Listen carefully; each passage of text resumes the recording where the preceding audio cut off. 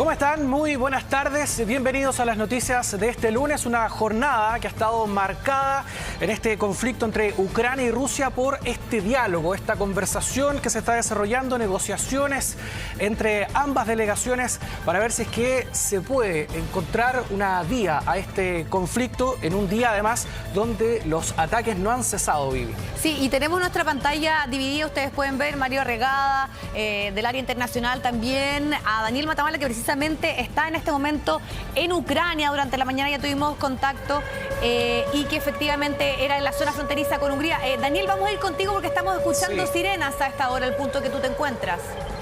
Buenas tardes. Sí, estoy en Mukachevo en este momento, un poco más al interior de Ucrania, cerca de 100 kilómetros de la frontera occidental de Eslovaquia. Y no sé si ustedes pueden escuchar, pero acaba de comenzar a sonar sirenas en esta ciudad. Nos habían advertido cuando llegamos que si había sonido de sirenas, nos habían dicho que esto podía ocurrir, había que dirigirse inmediatamente a algún lugar que estuviera marcado como refugio antiaéreo o como búnker. Es posible que sea un simulacro, porque se han llevado adelante simulacros en distintas ciudades de Ucrania precisamente para prevenir, para tener medidas de seguridad ante la posibilidad de un ataque. Y esto es lo que está ocurriendo en este momento. Voy a mostrar un poquito acá. Las calles están bastante vacías, bastante desiertas en general. Vamos a pasar por acá para ver hacia dónde se dirigen las personas, pero hay muy poco tráfico. Esta es una ciudad de unos 85.000 habitantes aproximadamente. Por allá viene el sonido de la sirena, de unos 85.000 habitantes, pero que en estos momentos ha tenido una salida bastante masiva de personas. Hay muchas personas que han estado saliendo rumbo a la frontera occidental, a Hungría, Eslovaquia, los lugares donde es más fácil salir.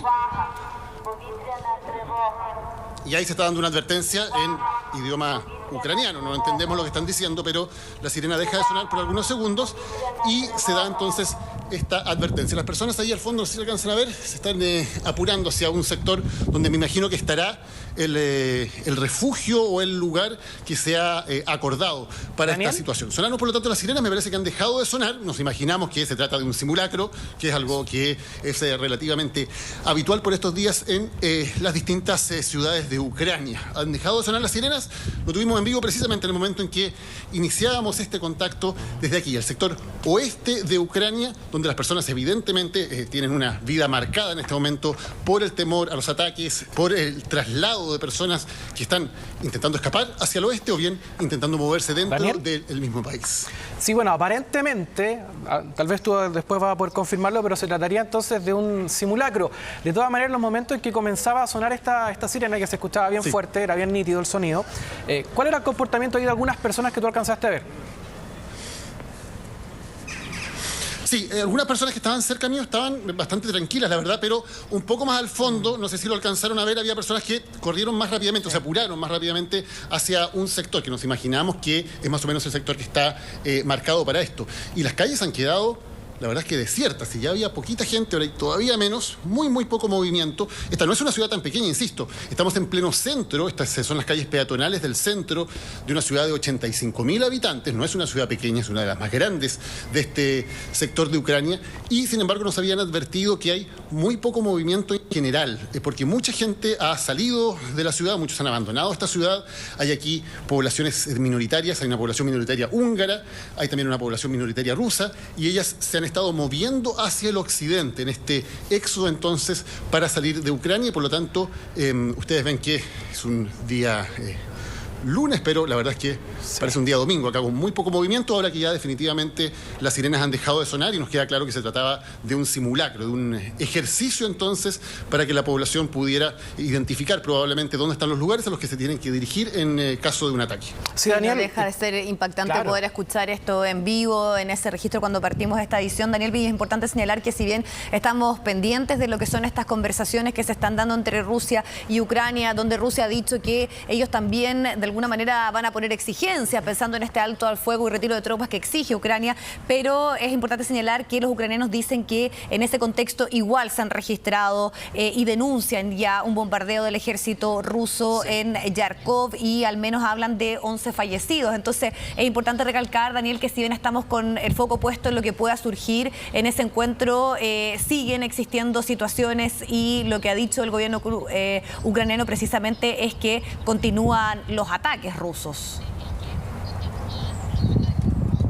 Así es, continúan los ataques y por eso la población civil sigue tremendamente preocupada y en alerta. Las personas evidentemente no están viviendo una vida normal aquí en Ucrania. Eso se siente de inmediato. Cuando uno cruza la frontera desde Hungría, donde la vida es absolutamente normal, y la cruza hacia Ucrania, el panorama cambia totalmente. Lo que hemos podido ver, militares apostados en prácticamente todos los lugares relevantes, bastante tensión también. Nos tocó, por ejemplo, en el puesto fronterizo, cuando recién habíamos pasado la frontera, es un trámite largo para pasar la frontera, pero finalmente logramos hacerlo, y nos indicaron que había una zona donde no se podía grabar. Nos dijeron graben más allá de una rampa que había, y efectivamente nos pusimos más allá de esa rampa, empezamos a grabar para la gente que estaba pasando desde Ucrania hasta Hungría, y en un momento ocurre que llega un militar, en un momento que estaban grabando nuestros colegas de Telefe, llega un militar y de un manotazo les baja la cámara cuando estaban transmitiendo en vivo. Les dijo un par de palabras que no entendimos, pero nos quedó claro que por alguna razón consideraba que tampoco se podía grabar ahí. Entonces, la verdad es que es bien difícil, es distinto, se nota inmediatamente que estás en un país con alta tensión, en un país que está en guerra, en un país que está siendo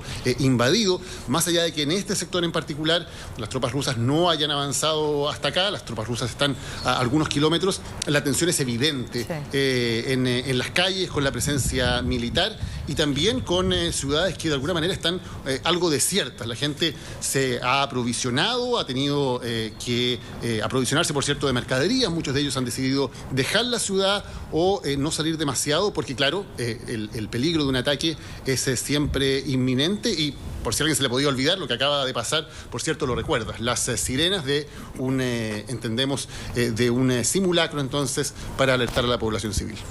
Daniel, ¿a cuántos kilómetros estás de Kiev? Y si es que estás al tanto o conocimiento de qué ciudad cerca de la que tú estás están actualmente en conflicto. ¿Cuál es la ciudad más riesgosa que está próxima a donde tú estás? Claro, Kiev evidentemente es donde se ha concentrado el conflicto. Kiev, para que nos ubiquemos desde donde nosotros estamos, hacia el noreste, o dicho de otra manera, nosotros estamos al sudoeste de Kiev, de la capital ucraniana, que es donde evidentemente se concentra la zona de mayor conflicto. Tampoco es fácil moverse. Nosotros, por ejemplo, que evidentemente queremos seguir avanzando, fue muy difícil cruzar la frontera. Tuvimos que dejar nuestro auto, que lo teníamos en Hungría, pero lo tuvimos que dejar, pasar todos los trámites de la frontera, un par de kilómetros, digamos, hacerlo a pie con todos nuestros equipos, y luego tratar de conseguir un taxi, un transporte para poder movernos, porque es prácticamente imposible, por ejemplo, arrendar un auto en este lugar. Conseguir alojamiento también es prácticamente imposible, por lo mismo, porque la gente se está moviendo muchas veces de manera bien desesperada, está precisamente arrendando autos para poder irse, está acopando los alojamientos mientras se mueven de ciudad en ciudad, y por lo tanto eso hace que toda la logística, además de las comunicaciones, también sean muy, muy difíciles en este momento para poder moverse hacia el interior de Ucrania. De alguna manera, nosotros vamos en sentido inverso a donde va el flujo mayor. La gente está tratando de irse precisamente hacia el occidente, nosotros estamos tratando de avanzar hacia el nororiente, pero el tema logístico es bastante complejo, precisamente porque no estamos viviendo días normales, y eso se nota desde los alojamientos hasta la posibilidad de arrendar un auto, hasta la posibilidad de conseguir un taxi. Todo es doblemente más complejo, como es evidente, porque estamos en un país que está en guerra. Daniel, bueno, tú has llegado ahí hace pocos momentos a ese punto donde te encuentras en Ucrania. De acuerdo a lo que tú has podido ver, tú nos has relatado que se ve que la ciudad está ya cada vez más desolada. No han llegado las tropas, de acuerdo a lo que tú nos indicaste, a ese lugar, y por lo tanto, de acuerdo a lo que tú has podido observar, en ese lugar tampoco ha habido algún daño, no ha habido destrozos, no ha habido ataques. No ha habido hasta ahora bombardeos en este lugar específico. En esta ciudad no ha habido bombardeos. Por eso es que cuando suenan las sirenas nosotros entendemos que se trata de un simulacro, y la población también reacciona relativamente en calma, digamos. No hay pánico, porque se entiende que no es esta una zona que en este momento al menos todavía esté bajo ataque ruso. Además había bastante interés entre la población y bastante esperanza de lo que podía surgir de estas conversaciones. Ustedes van a hablar más adelante de eso, de estas negociaciones de paz, y hay esperanza de la población en cuanto a que eso pueda llegar al menos a algún cese al fuego, al menos a una pausa en las hostilidades, porque recordemos además que la gente que se está moviendo, tanto hacia el occidente de Ucrania como la que está saliendo del país, está dejando no solamente sus hogares, está dejando atrás muchas veces parte de su familia, son mujeres que se están trasladando con los hijos para salir de Ucrania, pero sus maridos o los padres de sus hijos quedan acá, porque no tienen provisión de salir, por cierto, y muchos de ellos quedan combatiendo contra las tropas rusas. Entonces son padres, son maridos, son parte de la familia, digamos, que se queda acá, y por lo tanto la angustia de muchas veces mujeres solas que están trasladándose con sus hijos es muy grande por la situación de sus hijos, por su situación personal y también por las personas queridas que dejan atrás.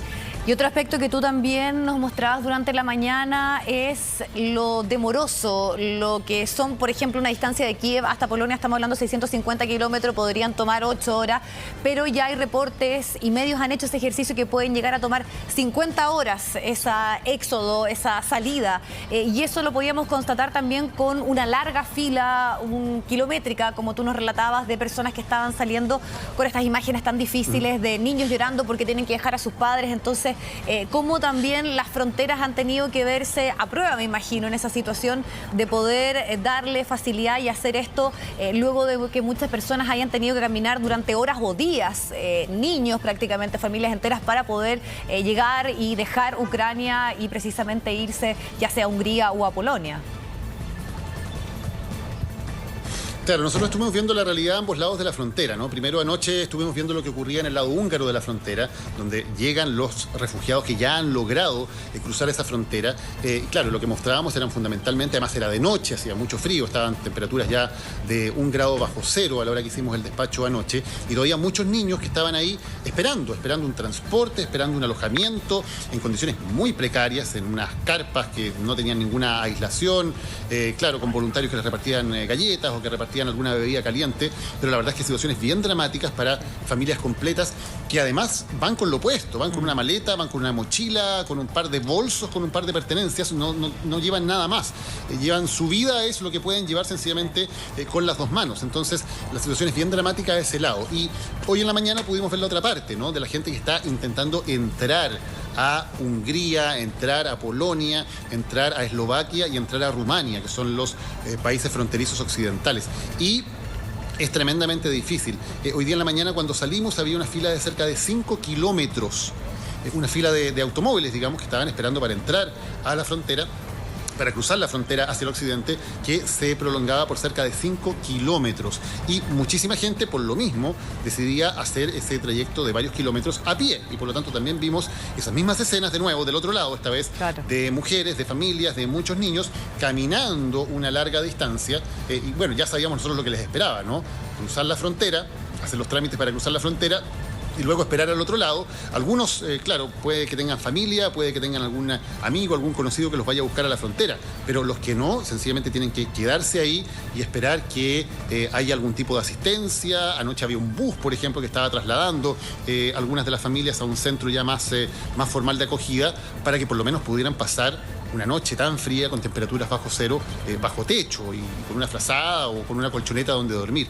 Pero la verdad es que es tremendamente difícil la realidad de quienes deciden hacer este éxodo, y por cierto también la realidad de quienes deciden quedarse aquí en Ucrania, con la tremenda incertidumbre sobre qué es lo que va a ocurrir o en qué momento le puede tocar a su ciudad recibir un ataque. Daniel, bueno, para contextualizar además lo que tú nos estabas comentando, lo que tú viste hoy en la mañana, una vez que estabas en ese control, en ese paso fronterizo, lo que tú viste ayer además en ese punto donde se estaban concentrando los refugiados, queremos aprovechar de revisar uno de estos diálogos que tú tuviste, una entrevista con un joven, con Ali, un estudiante marroquí, quien iba saliendo entonces de Ucrania. Revisemos qué es lo que él te comentaba ayer.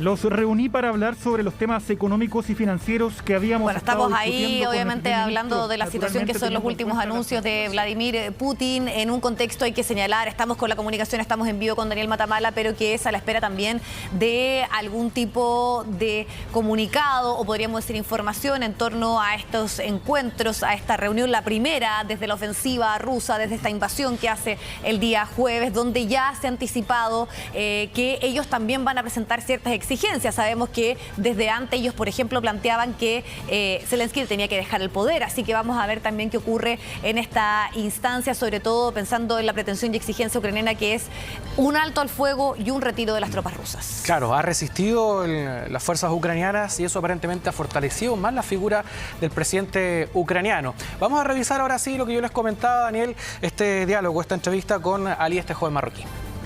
Estamos en el cruce fronterizo, hay muchas historias y hay historias que resultan realmente increíbles. Acabamos de conocer a Ali, quien es originario de Marruecos. Ali, ¿cómo estás? Buenas noches. Bien, pues bien. Estoy aquí, estamos bien. Pues sí, estoy bien. Cuéntame, tú eres de Marruecos. Sí. ¿Dónde estabas en Ucrania? Pues yo estaba en Kharkiv, estoy estudiando en Kharkiv. Pues como lo sabéis, la cosa es muy terrible ahí. Pues he llegado aquí porque aquí es mejor. Eso es bastante al este. ¿Cuánto tiempo te demoraste hasta llegar, hasta poder salir de Ucrania? Pues tres días. 3 días. Sí, fue terrible. ¿Cómo viajaste? ¿Cómo lo hiciste? Pues me ayudan, una familia me han dado la ayuda, pues estoy aquí, muchas gracias. ¿Te trajeron en automóvil hasta acá? Sí, me ayudan. Una familia, son mis conocidos, me han dado la ayuda, de todo. Bueno. ¿Alcanzaste a ver algo? ¿Estaban avanzando las tropas rusas? Porque eso era bastante al este, donde había tropas. ¿Qué es lo que alcanzaste a ver? Pues no sé si sabéis que Kharkiv está muy cerca de Rusia y pues yo estoy viviendo ahí y cuando estaban bombeando, ya, sí.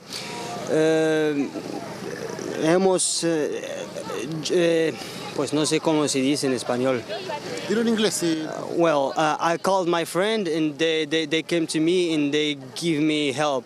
Llamaste a tus amigos, ellos vinieron a buscarte y te pudieron sacar de ahí, te pudieron ayudar. Sí. ¿Qué vas a hacer ahora? ¿Conoces a alguien en Hungría? ¿Qué vas a hacer? Pues aquí estoy solito, no conozco a nadie aquí. Pues, ¿Esto es todo lo que tienes? Sí. Una maleta y una mochila. Sí. Pues voy a intentar llegarme a Budapest y luego voy a intentar irme a Marruecos. ¿Sabes cómo vas a pasar la noche? ¿Dónde vas a pasar la noche? Pues ahí, no sé, pues ahí. Vienes a preguntar y que te puedan ayudar aquí. Sí. Pues están ayudando gente, como los veis. Pues están muy buena gente. Sí. Muchas gracias, Ali. Mucha suerte y ojalá que puedas llegar bien de vuelta a tu destino. Es un placer. Muchas gracias. Es un placer. Bueno, en total han sido cerca de 500.000 las personas que han sido desplazadas producto de este conflicto, según datos que entregó Naciones Unidas. 500.000 personas que han salido de Ucrania porque al interior de Ucrania también se han producido desplazamientos y las Naciones Unidas los calculan cerca de 100.000 personas que se han movido dentro de este país. En una jornada donde, según la agencia de noticias rusa TASS, las reuniones que se están llevando a cabo en Bielorrusia habrían finalizado. Así es que esperamos si es que va a haber algún tipo de anuncio respecto a esta tercera y última ronda, parece, de esta jornada, de estas conversaciones que buscan de todas maneras a cuanto antes concretar un alto el fuego. Se había informado en las últimas horas que el presidente de Francia, Emmanuel Macron, nuevamente había hablado con su par ruso por teléfono. Le solicitó que estas conversaciones se den con un alto el fuego, un requerimiento que también había hecho el presidente Zelensky de Ucrania antes de enviar a esta delegación que se encuentra entonces negociando en la frontera entre Ucrania y Bielorrusia, mientras siguen los combates. Lo estábamos comentando recién, a pesar de que se están llevando estas negociaciones, se siguen realizando enfrentamientos. Una de ellas, uno de los más crudos, se está llevando a cabo en la segunda ciudad más importante de Ucrania, que es Kharkov. Es una ciudad que se encuentra más cercana a Rusia y es clave porque está muy cerca también de la región del Donbass, que es supuestamente donde acá se están llevando a cabo los enfrentamientos más extensos desde hace 8 años ya, y es en la zona donde Vladimir Putin reconoció como autónomas esas zonas. De hecho, vamos a revisar un ambiente de cómo los bombardeos rusos han afectado a población civil. Se habla de decenas de muertos. Veamos esa imagen y después la comentamos.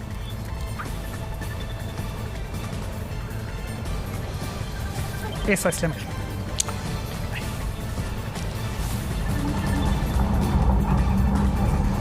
Bueno, y vemos, según en reportes del gobierno ucraniano, este ataque que se produjo en las últimas horas en Yarkov habría dejado decenas de heridos y también fallecidos. Como vemos, son bombardeos que están afectando directamente a zonas urbanas, zonas civiles de edificios. Por lo tanto, hay mucha preocupación porque, además, si llega a tomar esta zona el ejército ruso, ya va a tener conectado el este de Ucrania, que es muy importante, con Yarkov.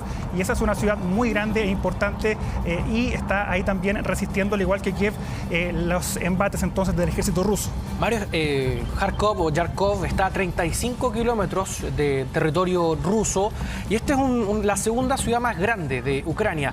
Acá hay una particularidad. Durante el fin de semana, los primeros días de la invasión rusa, fue tomada por las tropas de ese país, por las tropas rusas. Sin embargo, se logró recuperar por las tropas ucranianas el control de esta ciudad. Por lo tanto, claro, es sorprendente lo que está ocurriendo esta jornada nuevamente con este ataque, este bombardeo que ocurre específicamente en una zona residencial. Había también, a través de redes sociales incluso, se comentaba, porque recordemos que en un inicio, desde el Kremlin señalaban que los objetivos eran aeropuertos, bases militares, pero esto viene a reflejar que estos ataques no solamente han ido con esa dirección, sino también en poblaciones, en zonas residenciales y causando además la muerte a personas civiles.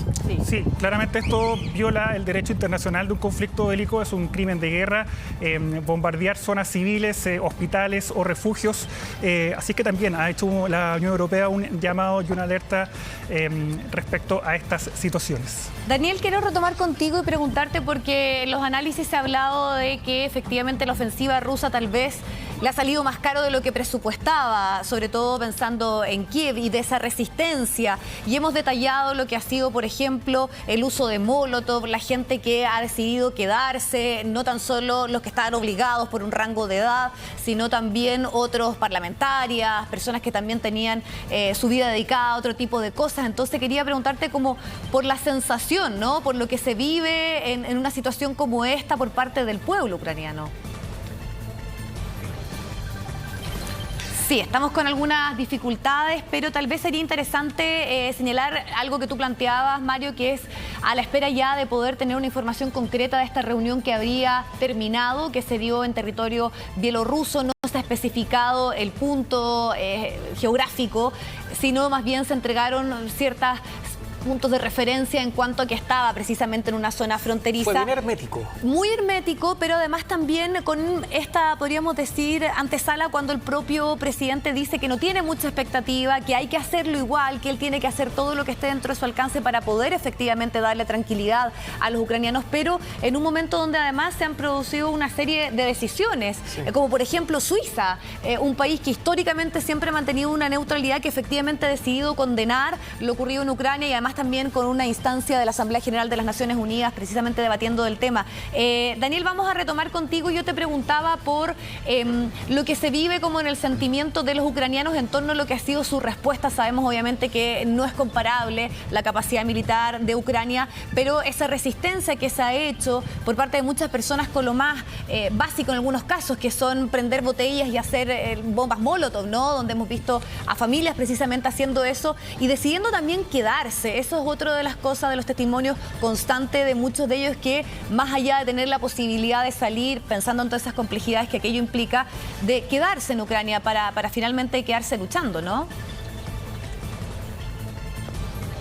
Sí, hay un espíritu patriótico bastante fuerte en estos días en Ucrania, eso sí, bastante claro. Y de hecho, sin duda, la primera esperanza que tenía Vladimir Putin cuando lanza este ataque tan fuerte contra Ucrania era que el país se desmoronara, vale decir que el gobierno saliera de Kiev, que las fuerzas militares dieran un golpe, que de hecho lo dijo expresamente Vladimir Putin, que había que dar un golpe de las fuerzas militares para derrocar al que calificó como un gobierno de una banda de drogadictos y neonazis. Esas fueron las palabras que usó Putin. Recordemos que de hecho el presidente de Ucrania es judío. Sin embargo, él lo llamó de esa manera, habló de desnazificar también Ucrania, todo lo cual no tiene, la verdad, mayor sentido desde el punto de vista de lo que ocurre efectivamente en Ucrania. Y sin embargo, después de unas primeras horas de muchísima incertidumbre, de muchísima confusión, del rápido avance de las tropas rusas, poco a poco se comenzó a consolidar una resistencia muy importante. Tenemos que recordar que en Ucrania han ocurrido en los últimos años dos revoluciones que básicamente ambas lo que querían, o el objetivo de quienes se manifestaban, de quienes protestaron en las calles, fue en ambos casos alejarse de la influencia rusa y acercarse más bien a Europa. Estamos hablando de la Revolución Naranja del año 2004 y la del Maidán, que ocurrió en el año 2014. En ambas los ciudadanos se levantaron contra autoridades más bien prorrusas y mostraron una mayor cercanía entonces a un acercamiento a Occidente y a la Unión Europea. De modo que este sentimiento patriótico de Ucrania de sentirse como un país totalmente separado de Rusia, si bien hay muchos lazos históricos y culturales, por cierto, que los unen, pero como un país distinto, con su propia identidad y que también quiere construir su propio destino, no ser sencillamente un estado títere o parte del área de influencia de Rusia, ha sido muy fuerte y se ha demostrado ya de manera muy fuerte tanto en el año 2004 como en el año 2014. Entonces, ahora que la amenaza ya no es solamente una amenaza de un gobierno prorruso o de Rusia intentando tomar ciertas áreas de Ucrania, sino que es una amenaza ya al corazón de la soberanía, de la independencia, de la existencia misma de Ucrania como país, no es de sorprender que haya un espíritu y un fervor patriótico muy fuerte de quienes han decidido quedarse para luchar, que son desde personas comunes hasta autoridades, hasta, por ejemplo, ex deportistas como el famoso ex campeón mundial de los pesos pesados, Vitaly Klitschko, quien hoy es el alcalde de Kiev, ni más ni menos, y que ha sido también uno de los líderes de la resistencia. Entonces, todos esos factores de alguna manera dan cuenta de un país que ha resistido golpes muy fuertes, ha resistido la invasión de uno de los ejércitos más poderosos del planeta, de un ejército que evidentemente no tiene comparación con el ejército ucraniano en cuanto a la cantidad de tanques que pueden desplegar, en cuanto a su poderío aéreo, no hay comparación posible. Pero, claro, aquí en este tipo de conflictos hay otros factores, entran a tallar los factores de la guerra irregular, de lo que significa, por ejemplo, poder tomar una ciudad como Kiev, que claro, es algo que en términos estrictamente militares Rusia podría hacer, podría aplastar una ciudad como Kiev si usara toda la fuerza militar, pero eso tendría un costo a nivel humano que probablemente el gobierno ruso no puede soportar.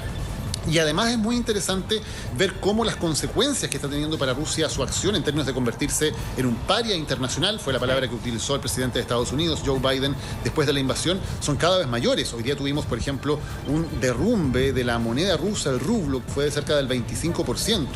En esta crisis desde principio de año, el rublo ya ha perdido cerca de la mitad de su valor. Imaginen lo que significa para una economía que prácticamente en un par de semanas su moneda valga la mitad de lo que valía unas semanas antes. Hoy la bolsa de Moscú ni siquiera pudo operar porque se preveía que las caídas podían ser tan fuertes que se mantuvo cerrada. O sea, las medidas también económicas, financieras, cada vez mayores que se van tomando contra Rusia, también sin duda tienen que estar siendo parte. Tenemos ahí una dificultad con la comunicación con Daniel Matamala, ya vamos a retomar ese contacto. Mientras tanto, Mario, aún no hay novedades con respecto a este encuentro, ¿no? ¿No se han referido por ahora las autoridades, los presidentes de ambos países? No, hasta ahora no. Como te decía, la agencia TASS rusa que había informado de que se había acabado la última ronda de conversaciones. Puede que se retomen mañana los diálogos o en unas próximas horas más. Estamos atentos a eso. Y a propósito de lo que decía Daniel con respecto a este recelo que tiene Rusia de que Ucrania se acerque más a Occidente, porque es eso básicamente, hace pocos instantes el presidente Volodymyr Zelensky de Ucrania firmó la solicitud para ingresar formalmente a la Unión Europea. Recuerden que hace unas horas atrás el presidente ucraniano había solicitado a Bruselas que permitan el ingreso de Ucrania y así obviamente generar más ayuda económica, que es lo que también va a necesitar de aquí en adelante Ucrania. Y esto lo había propuesto la propia, en este caso, la Comisión Europea ayer, se había señalado, la presidenta de la Comisión Europea había planteado esta posibilidad de que Ucrania pudiese integrarse a la Unión Europea. Claro, y esto también podría generar una reacción, no sabemos, de Vladimir Putin, sabemos que es un líder muy impredecible, pero esto es precisamente lo que no quiere Vladimir Putin, que Ucrania siga mirando hacia Occidente. Si se concreta eso, también podría aumentar más la tensión de este conflicto. Recordemos que ya Vladimir Putin recomendó y advirtió de que si Ucrania ingresaba a la OTAN, ese también iba a ser una línea roja que podría traer consecuencias peores. Vamos a escuchar lo que dijo precisamente el presidente Vladimir Putin durante esta jornada, llamando de alguna forma a la calma a los economistas, a los empresarios de Rusia, pero también llamando a Occidente como el imperio de las mentiras, refiriéndose también a la batería de sanciones que le van a hacer un problema, un dolor de cabeza bien grande para Putin y para Rusia si se aplican, si ya van a surgir estas sanciones económicas. Escuchemos.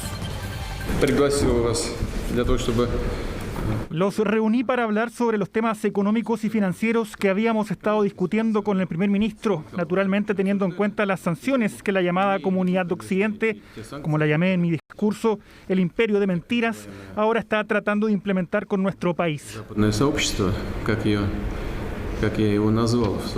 escuchábamos a Putin con un semblante bien relajado, a pesar de estas horas bien complejas. Muchos dicen de que, claro, como tú decías, Viviana, también le ha salido más caro de lo que pensaba a Vladimir Putin. Él, por lo que se decía, tenía una idea de entre 2 a 3 días ya haber tomado completamente a este país. Ya vamos en la quinta, sexta jornada de enfrentamientos y aún no lo hacen. No contaba con esta resistencia que se iba a encontrar el ejército ruso. Sí, aparentemente ha salido acá bien parado el presidente ucraniano, pese a que para algunos tal vez existía desde el punto de vista de Vladimir Putin que tal vez ahí lo estaba mirando por debajo del hombro, que pensaba que tal vez no tenía la expertise suficiente. Muy pocos presidentes en el mundo además pueden estar preparados para enfrentar una guerra o un conflicto de esta naturaleza. Te quería consultar con respecto a las palabras que ha tenido durante esta jornada el presidente ucraniano. Él se ha referido entonces a la posibilidad de poder ingresar inmediatamente a la Unión Europea, pero además él ha hecho un llamado a las tropas rusas a salir del país, les ha hablado en ruso y además ha anunciado que los presos van a salir a combatir, ¿no? Claro, son parte de los llamados que ha hecho el presidente Zelensky, mientras escuchamos y tomamos contacto nuevamente con Daniel Matamala, porque nuevamente están sonando las sirenas, Daniel. Sí, nuevamente están sonando las sirenas bastante fuerte y queremos ver hacia dónde se acerca la gente. Entendemos que nuevamente es un simulacro. Vemos que las personas se están acercando hasta este lugar, que es una especie de centro comercial, pero aquí suena el sonido de las sirenas y las personas entonces se quedan aquí esperando, se quedan todos aquí esperando en este lugar. Al parecer esta es la instrucción, a ver si podemos ver cuál es el panorama. La gente se queda aquí, la gente se queda aquí, la gente se queda aquí de pie esperando. Se reunieron todos en torno a este lugar, que es donde se escucha la sirena. Voy a alejar un poco para que me escuchen a mí, porque el ruido es bastante fuerte. Entonces las personas han llegado hasta aquí, al lugar donde está el ruido de la sirena, se quedan en este sector. Daniel. Sí, estamos con... Sí, ahí ya perdimos un poco la comunicación con Daniel, al menos no se escucha. Está acá hay una iglesia. Sí. Y ese es el lugar entonces en donde al parecer se produce la presencia de las personas. Sí, Daniel, claro, se escucha principalmente la sirena, pero no podemos dejar de, obviamente, sentir la situación en vivo que estás en este momento registrando. Si bien se trata de un simulacro, pero en un país que está en una situación tan compleja como es enfrentar esta guerra y ver que ahí hay una cierta templanza de muchos de ellos. Y veo ahí que hay algunas luces de una especie de comercio, ¿no? Sí. Que sabemos que otra de las problemáticas que se está viviendo en gran parte de Ucrania es la escasez, ¿no? La falta de elementos básicos, mientras siguen estas sirenas también en punto donde de alguna manera se prepara a una población para lo que podrían vivir, ¿no? Yo y además, Mario, si tú me corriges si estoy equivocado, se había levantado el toque de queda. Este claramente es el lugar de encuentro. Sí. Ahí termina solo la sirena y viene el anuncio. Y el anuncio al parecer que termina el simulacro, ¿no?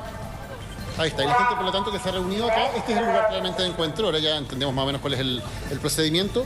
Ya las personas se comienzan a retirar una vez que se les dice que ha dejado de sonar la sirena. Hemos tenido hay una persona militar que me está diciendo en este momento que... ¿Daniel? Me ha tomado el brazo un militar en este momento. Y bueno, nos vamos a alejar de aquí. ¿Estás con un militar? había un...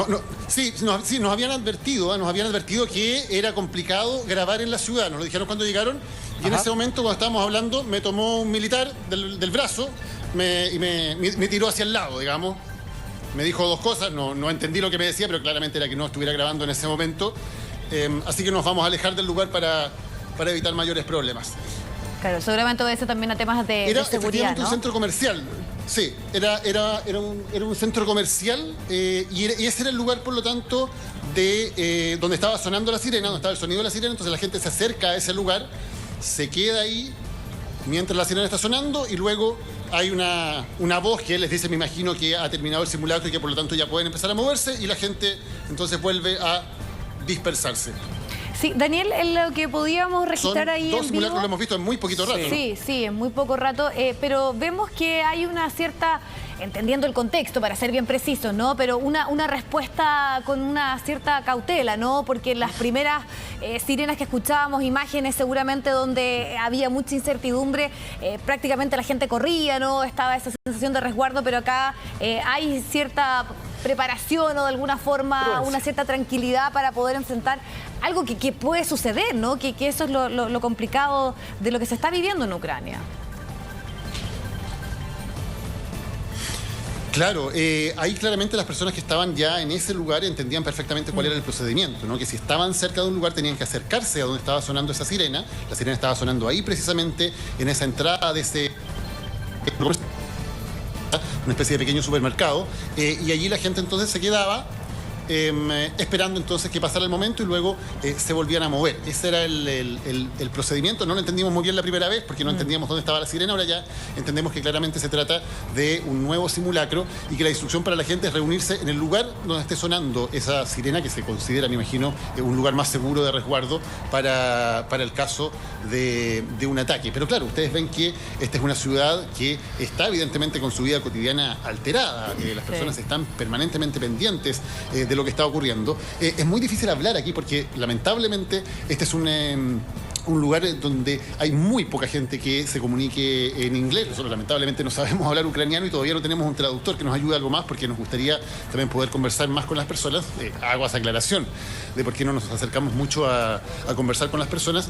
Y además, como ustedes vieron en vivo, también está esta preocupación de que claramente es un país en guerra, las fuerzas militares están en estado de tensión y ya nos habían advertido que podía ser complicado grabar o transmitir porque podían algunos militares de alguna manera sentir que no era correcto lo que se estaba haciendo. En este caso nos sacaron, digamos, del lugar un personal militar que estaba precisamente resguardando allí también el tema de la presencia de la gente ante este simulacro. Sí, Daniel, bueno, con respecto a lo que nos estabas comentando, ahora en el desplazamiento que tú has tenido por ahí, ¿qué es lo que has podido observar? ¿Se ven más personas o ya la mayoría de ellas están ingresando a sus casas? Al menos tuviste ahí, había un grupo, nosotros no lo alcanzamos a ver muy bien a la distancia, pero ¿hay menos personas? Sí, básicamente porque está cayendo la noche, ¿eh? Aquí cuando empezamos el despacho, ustedes se habrán dado cuenta, a las 6 de la tarde en Ucrania todavía había luz de sol, ahora son las 6:37 y ya está cayendo la noche. Entonces ya han cerrado prácticamente la mayor parte de los locales comerciales, ya hay bastante menos iluminación. Nos estamos acercando aquí a un lugar más iluminado precisamente para tener una mejor iluminación. Pero aquí estamos en invierno, el invierno es bastante crudo, los días son bastante cortos y hasta ahora ya comienza a anochecer y además comienza a ser mucho más frío. Las temperaturas máximas acá han estado más o menos en los 6 grados y las mínimas en general están bastante bajo cero, así que probablemente ya en algún rato más también comienza a bajar la temperatura y la gente también por esa razón se comienza a quedar en su casa. Sí, ¿hay información ahí respecto al tema del toque de queda? No, entendemos que en esta parte de la ciudad, en esta ciudad específica no hay toque de queda, al menos es lo que entendemos, porque las informaciones se han movido bastante. En algún momento hubo un toque de queda a nivel nacional que luego se levantó. Ciudades específicas como Kiev también han tenido toques de queda más extensos. Entendemos que, esperamos que la información no haya cambiado en las últimas horas, que no hay un toque de queda que esté vigente, al menos en esta ciudad en este momento. Sí, bueno, Daniel, hace un momento estábamos revisando algunos diálogos que tú tuviste, algunas conversaciones en un punto ahí de refugiados, donde estaban llegando estas personas que estaban lamentablemente desplazadas desde Ucrania. Tú te encontrabas ahí en Hungría. Revisamos hace un momento lo que ocurría con este joven, Ali, marroquí. Tú también conversaste con una ucraniana. Queremos revisar también lo que conversaba contigo durante la jornada de ayer. Estamos aquí con María, que viene recién cruzando la frontera esta noche. María, welcome here to Hungary. Bienvenida a Hungría. Tell us, where are you coming from? ¿De dónde vienes? I'm coming from Kharkiv. It's near the border of Russia. Yes. Vengo de Kharkiv, que esté cerca de la frontera con Rusia, nos dice. ¿A quién dejaste allá? ¿Quiénes quedaron allá? Who from your family is still there in Ukraine? My father is still in Ukraine. He is a doctor. He'll be fighting for our country in Kiev. I think in a few days he will go there, and I'm real proud of him. Dice que él es doctor, que va a estar luchando en Kiev, que se ha unido a la resistencia en Kiev y que ella está, por cierto, muy orgullosa de él. ¿Cómo llegaste hasta aquí? How was your trip to come here to Hungary? It was quite hard and stressful, but not so long as I expected to be, because I think it took around 3 hours. It's okay. Fue difícil, fue estresante, pero no fue tan largo como hubiera esperado. How many hours? 3. 3? 3, 4, I think so. Tres o cuatro. What are you doing now? Where are you spending tonight? ¿Qué vas a hacer ahora? ¿Dónde vas a pasar la noche? My friend will pick up me soon, I think in 2 hours. And I'll go to their home, and then I will go to my mother in Turkey. My mother not Turkish, but she with my brother there right now, because they managed to escape before the war started, and now I'm coming to my friends and then to my mom and brother. Ahí está, entonces dice que la vienen a buscar en 2 horas más un amigo y luego va a poder ir luego a casa de familiares. Thank you very much, Marian. Thank you. Muchas gracias por habernos acompañado. Es una de las tantas historias que estamos recogiendo aquí en la frontera, de mucha gente que viene por horas o por días, en algunos casos viajando, o personas que han dejado también a sus familiares en Ucrania, en algunos casos voluntariamente luchando contra la invasión rusa. Ahí están entonces esos testimonios respecto a lo que tú pudiste constatar ayer en esta zona fronteriza con Hungría. Pero, Daniel, sabemos que, por ejemplo, el territorio bielorruso ha sido clave en cuanto a la ofensiva de los propios rusos, ¿no? Pero ya en esta decisión de Europa, algo inédito, sobre todo, por ejemplo, lo que ocurre con Alemania, de prestar armamentos, de ir en ayuda económica, no sé si tú has podido percibir precisamente los movimientos o de qué manera llegan esa ayuda que se hace de la Unión Europea para la resistencia ucraniana. Sí, hay varios puntos en los cuales se está trabajando, principalmente por Polonia, que ha sido, según entendemos, la principal vía por la cual llegan todos esos insumos hacia Ucrania, que considera que la zona occidental de Ucrania, la zona fronteriza con Polonia, todavía está en pleno control del gobierno ucraniano y por lo tanto hay de alguna manera un paso seguro para que la ayuda pueda llegar por esas vías. Como tú decías, todo esto es bastante inédito. El hecho de que Alemania, por ejemplo, esté entregando material de guerra a un país en conflicto es algo que no tiene precedentes desde la Segunda Guerra Mundial. Medidas incluso que están tomando gobiernos tradicionalmente neutrales, que han hecho de la neutralidad su bandera principal, como es el caso de Suiza, el mayor emblema de neutralidad a nivel mundial, y que está tomando hoy medidas a nivel económico, por ejemplo, contra Rusia e incluso contra las cuentas de oligarcas ligados al régimen ruso. Suiza, de alguna manera, no solo la neutralidad, sino también el tema del secreto bancario, lo está dejando de lado en este momento, porque claro, las circunstancias así lo ameritan. Entonces hay una serie de medidas que no tienen, la verdad, precedentes por parte de muchos gobiernos europeos que se están tomando en estos días y que han marcado un aislamiento cada vez mayor de Rusia. Y esa situación, ese aislamiento en materia económica, política, diplomática, militar, incluso en materia deportiva, lo hemos visto también con medidas bastante duras también en materia deportiva contra Rusia. Son sin duda medidas que van aumentando el aislamiento, van aumentando el costo que tiene para Vladimir Putin mantener este conflicto, y veremos si pueden ser finalmente factores que hagan que Putin reevalúe su estrategia y que podamos tener al menos un cese al fuego, al menos una tregua que permita realizar las ayudas humanitarias que sean necesarias, y que permita, ojalá, también a las personas que han tenido que refugiarse, que desplazarse, poder volver lo más pronto posible a sus hogares. Eso es lo que esperamos, Daniel. Vamos a liberarte por un momento. Queremos agradecerte este despacho. Ya estás en Ucrania. Cualquier novedad, lógicamente, nos avisas. En caso de cualquier noticia, también vamos a tomar comunicación contigo. Que tengas buenas noches. Que estés muy bien, Daniel.